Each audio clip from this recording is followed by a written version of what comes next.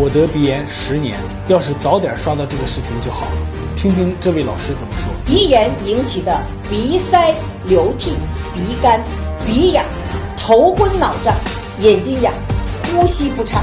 今天我就教你一个方法，试试草本植物成分，可直接作用于鼻腔患处，修护鼻黏膜，改善鼻腔环境。大品牌老产品，你用了就知道了。点击视频下方即可查看详情。